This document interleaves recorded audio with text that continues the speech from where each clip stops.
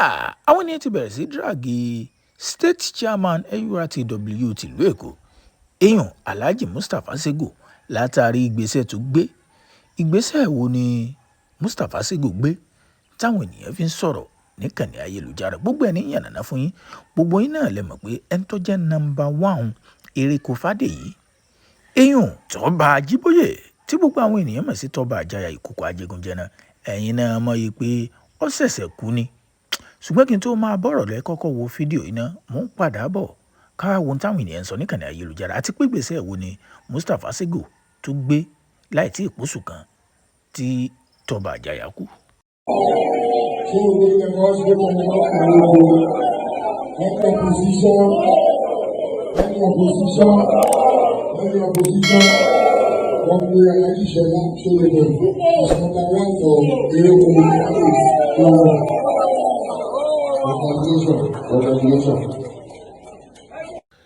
Ẹ̀yin náà mọ̀ pé ṣáájú káwọn kó tó lọ sọ̀nàdé Tóba Àjàyà lọ́nà ilé rẹ̀ ní Kòròdú ó ní number 1 gbogbo Ereko Fádèyí pátápátá tó sì tún jẹ́ organizing secretary fún gbogbo NURTW ní ìlú Èkó pátápátá.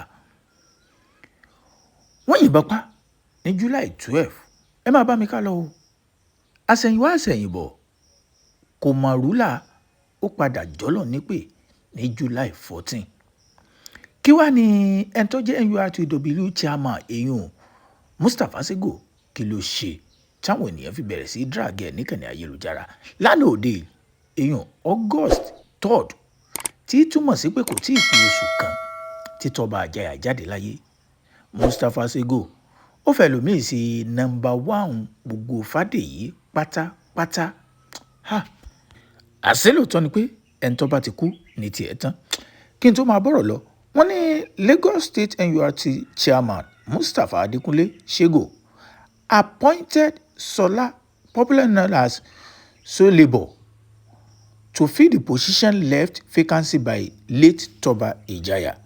Ẹni tí ó mọ̀ jẹ́ number 1 gbogbo Ereko Fádèyí ó ní Sola Solebo tí Mustapha Sego tó fi síbẹ̀. Wọ́n ní new role rẹ̀ ní chairman of Surulere branch B and leader of Ereko Mushin tó jẹ́ pé Tóba Àjàyà òun ló ń head ẹ̀ tẹ́lẹ̀.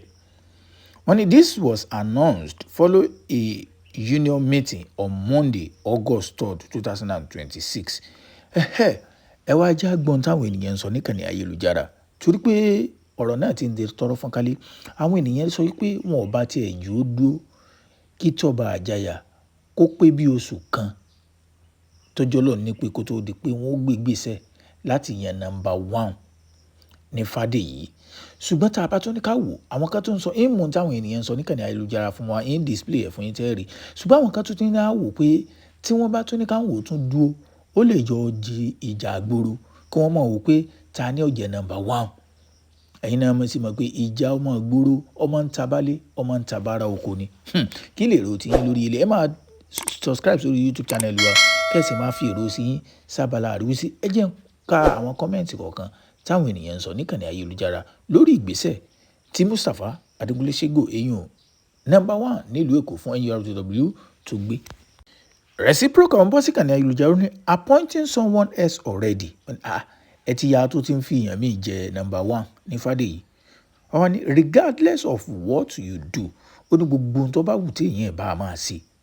Never let anyone trick you out of your position.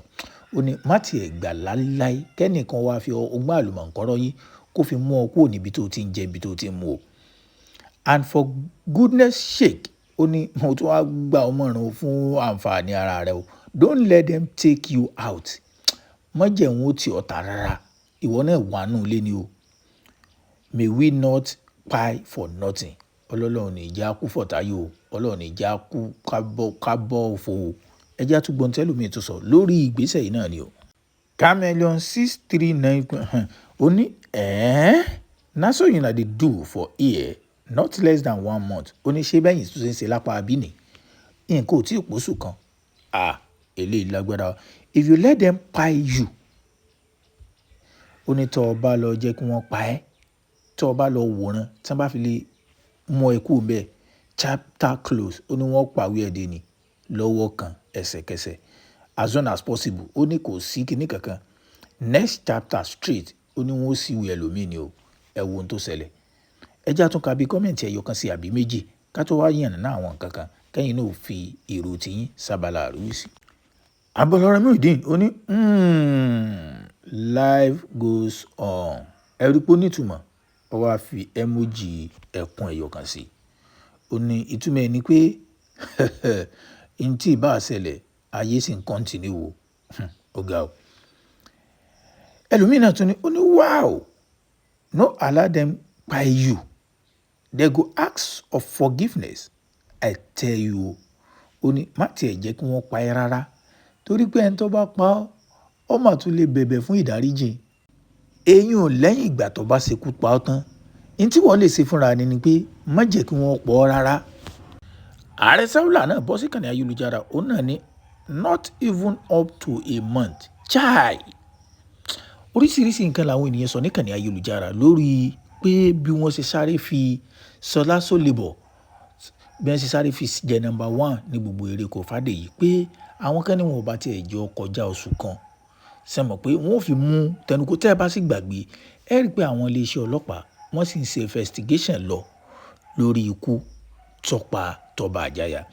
Ẹ̀yin náà mọ̀ wọ́n lọ bá wọ́n ti mú bricklayer kan eléyìí tí wọ́n ló mú páàsì ẹ̀ lẹ̀ táwọn tí wọ́n fi lọ yìnbọn pa tó fi lè easy fún wọn tí wọ́n fi mọ ibi tó ti wà. Wọ́n ní bricklayer náà ti wá tún mention àwọn kan tó jẹ́ pé àní fẹ́ tí ì máa dárúkọ ṣùgbọ́n kése tí wọ́n bá ti parí ìgbésẹ̀ tá a mọ̀ torí pé ẹ méjì àpá tí kú ilé ọba pani tòde ò lè pani. Ní tí túmọ̀ sí pé àwọn ara wọn náà ni ọ̀tá ara wọn. Bí ikú ilé ni kì í ṣe pé kinní kankan. Ẹni tó mọ̀ ẹni tí ó mọ̀ tẹ́ẹ̀jọ jẹ tẹ́ẹ̀jọ mu tí ó mọ bó ṣe ń lọ kò lè sọ wípé òun bọ̀ wá ṣekú pààyàn. Ẹni tó mọ̀ èèyàn dénúdénú náà ni tó mọ bí èèyàn ṣe ń ṣe tó mọ ìgbésẹ̀ èèyàn tó mọ téèyàn ní tó mọ téèyàn ò ní tàbí téèyàn jọ ń dùn kankan òun náà ni máa sábà. Ṣùgbọ́n ẹ já máa wo táwọn iléeṣẹ́ ọlọ́pàá tí wọ́n ṣùgbọ́n kí ni èrò tiyín lórí eléyìí bí wọ́n ṣe sáré fi ẹlòmíì jẹ number 1 ní gbogbo Ereko èèyàn Fádèyí lẹ́yìn bí ọ̀sẹ̀ mẹ́ta sí ká sọ pé ọ̀sẹ̀ mẹ́ta tí Tọ́ba Àjàyà èèyàn ìkòkò ajẹgunjẹran tó jẹ́ ó lágbára o. Ṣé mọ̀ pé ilé ayé àfi kéèyàn ṣe kíni o kéèyàn ọmọ jẹ́ wọn ó ṣe kíni o kéèyàn ọmọ jẹ́ wọn ó mú òun kúrò lọ́nà ní lóòótọ́ o. Anything ayé ó continue àwọn èèyàn ó ṣe kíni o wọ́n ó sì gbàgbé bó ṣe ń lọ nípa ẹni tó ti lọ. Ẹni tó ti lọ ó ti lọ nù. Ẹni tó jẹ́ number 1 ní ìsìn ó ní Ṣọlá Sólébọ̀ fún gbogbo Ereko Fádèyí. Ẹ má gbàgbé ẹ share fídíò yìí kó kára lé kó kára oko. Bákan náà ẹ sọ èrò tiyín èèyàn sábàlá àríwísí. Kí ni èrò tiyín lórí ìgbésẹ̀ tí Mustapha Sego èèyàn NURTW chairman nílùú Èkó gbé?